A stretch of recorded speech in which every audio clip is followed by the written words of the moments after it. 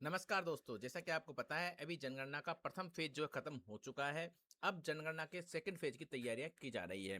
अभी पहाड़ी क्षेत्रों और बर्फबारी वाले क्षेत्रों में जो है 1 सितंबर से लेकर 30 सितंबर तक जनगणना का सेकंड फेज आयोजित किया जाएगा और उसके अलावा पूरे देश में जो है फरवरी 2027 में जनगणना का सेकंड फेज लागू किया जाएगा। उस समय उसकी जनगणना का जो चरण है सेकंड वो चलेगा, आयोजित किया जाएगा। अब दोस्तों इसी के संबंध में जो आपसे क्वेश्चंस पूछे जाने वाले हैं वो यहाँ पर 40 क्वेश्चन पूछे जाने वाले हैं और इसके संबंध में नोटिफिकेशन जारी कर दिया गया है। ये नोटिफिकेशन जो है गृह मंत्रालय में भारत के महारजिस्ट्रार के कार्यालय के द्वारा अधिसूचना जारी की गई है। और यहाँ पर जो है केंद्रीय सरकार जनगणना अधिनियम की धारा 8 की उपधारा द्वारा प्रदत्त शक्तियों का प्रयोग करते हुए अनुदेश और निर्देश देती है कि भारत की जनगणना 2027 के संबंध में परिवार अनुसूची के माध्यम से जानकारी एकत्र करने के लिए जनगणना अधिकारी उन स्थानीय क्षेत्र की सीमाओं के भीतर जिनके लिए उन्हें क्रमशः नियुक्त किया गया है उन सभी सीमाओं के भीतर रहने वाले सभी व्यक्तियों से नीचे सूचीबद्ध मदों के संबंध में सभी ऐसे प्रश्न पूछ सकता है। अर्थात जो भी जनगणना के दौरान प्रगणक आपके घर पे आएगा वो आपसे इन 40 क्वेश्चंस को यहाँ पर पूछेगा और आपको उनके सवाल के जवाब यहाँ पर देने होंगे। तो 40 क्वेश्चन कौन कौन से मैं अब यहाँ पर आपको बता देता हूँ। तो देखिए सबसे पहले यहाँ पर जो पूछा जाएगा वो है व्यक्ति का नाम। जिस भी व्यक्ति से वो क्वेश्चन पूछेंगे, मुखिया होगा उससे व्यक्ति का नाम यहाँ पे पूछा जाएगा, मुखिया से उसका संबंध पूछा जाएगा दूसरा क्वेश्चन में। तीसरा क्वेश्चन होगा आपका यहाँ लिंग का, आप मेल है फीमेल है ये आपको बताना है। चौथा क्वेश्चन है जन्म तिथि और आयु, आपकी पूर्ण वर्षों में आपको आयु बतानी है और आपकी जन्म तिथि भी वहां पर आपको बतानी है। उसके बाद में वर्तमान वैवाहिक स्थिति बतानी है कि आप विवाहित हैं या नहीं है। उसके बाद विवाह के समय आपकी आयु कितनी थी, आप 25 साल के थे, 30 साल के थे, जब जितने भी आयु आपकी थी वो आपको यहाँ पर बतानी है। अब देखिए सातवां क्वेश्चन में आपका पति या पत्नी का नाम पूछेगा जाएगा। उसके बाद में आपकी राष्ट्रीयता क्या है, आठवें क्वेश्चन में ये पूछा जाएगा। नवा क्वेश्चन में आपके धर्म से संबंधित है कि आप किस धर्म से बिलोंग करते हैं, वो आपको यहाँ पर बताना है। इसके बाद में आपसे जाति पूछी जाएगी, अनुसूचित जाति के हैं, अनुसूचित जनजाति के हैं या आपकी जाति कौन सी है वो यहाँ पर जो है पूछी जाएगी और आपको बताना यहाँ पर अनिवार्य है। उसके बाद में पिता का विवरण पूछा जाएगा, पिता की सारी जानकारी पूछी जाएगी, नाम वगैरह, ठीक है। उसके बाद में माता का विवरण पूछा जाएगा। इसके बाद में अगर आप कोई डिसेबल है, निशक्तता है आपको, ठीक है, डिसेबिलिटी है कोई, तो वो 13वें क्वेश्चन में आपसे यहाँ पर पूछी जाएगी। उसके बाद 14वां क्वेश्चन है आपका मातृभाषा एवं अन्य भाषाओं का ज्ञान, ठीक है, कि आपको कौन कौन सी भाषाओं का ज्ञान है और आपकी मातृभाषा क्या है वो आपको यहाँ बताना है। 15 क्वेश्चन यहाँ पे साक्षरता एवं डिजिटल साक्षरता की स्थिति आपको बतानी है, साक्षर है या नहीं है, पढ़े लिखे हैं या अनपढ़ है, ठीक है, वो आपको यहाँ पर बताना है। इसके बाद 16वां क्वेश्चन है शैक्षणिक संस्थान में शिक्षा ग्रहण की स्थिति, आपने कहाँ तक शिक्षा ग्रहण की है वो आपको बताना है।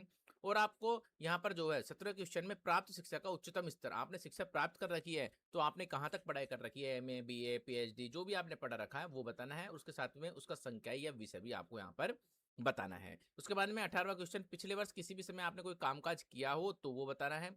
इसके बाद में 19वां क्वेश्चन है आपका आर्थिक कार्यकलाप की श्रेणी, यहाँ पे श्रेणी पूछी जाएगी कि आर्थिक कार्यकलाप जो आप करते हैं वो किस श्रेणी में आता है। और इसके बाद 20वां क्वेश्चन है व्यवसाय से संबंधित रहेगा, उसके बाद में आपको व्यवसाय के बारे में बताना है। उसके बाद में 21 वाले क्वेश्चन में आपको उद्योग व्यापार अथवा कोई भी आप सेवा देते हैं तो उसका स्वरूप क्या है यहाँ पर वो आपको बताना है।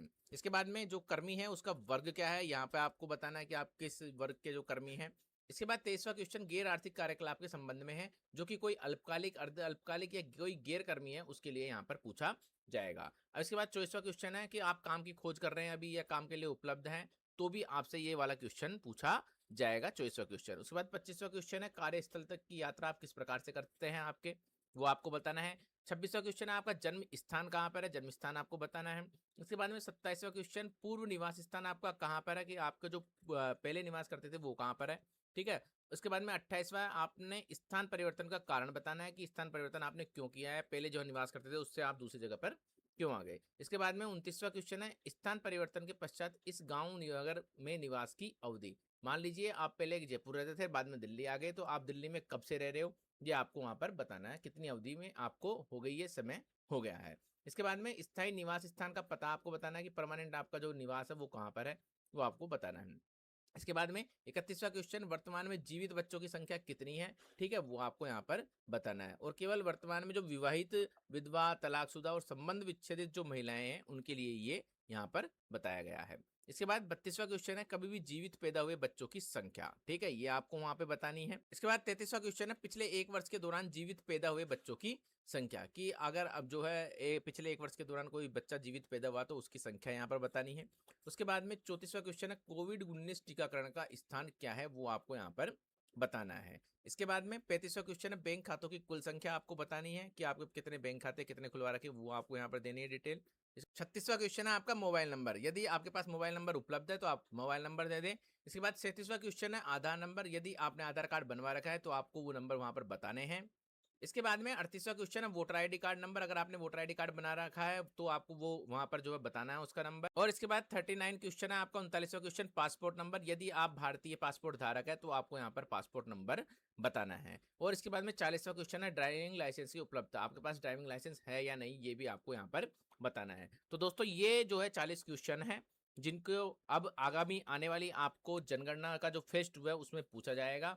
तो दोस्तों वीडियो में दी गई जानकारी आपको अगर अच्छी लगी हो तो आप वीडियो को लाइक जरूर करें, और अगर आपको लगता है कि इन 40 क्वेश्चन में से कुछ क्वेश्चंस नहीं पूछे जाने चाहिए, उनकी जरूरत नहीं है, तो आप हमें कमेंट सेक्शन में लिखकर जरूर बताएं। ठीक है दोस्तों, तो अगर आपको वीडियो अच्छा लगा हो तो वीडियो को लाइक जरूर करें, अपने दोस्तों रिश्तेदारों के साथ शेयर जरूर करें, और हमारे यूट्यूब चैनल को सब्सक्राइब जरूर कर लें। तो मिलते हैं किसी और दिन ऐसे वीडियो के साथ, तब तक के लिए जय हिंद, जय भारत, नमस्कार।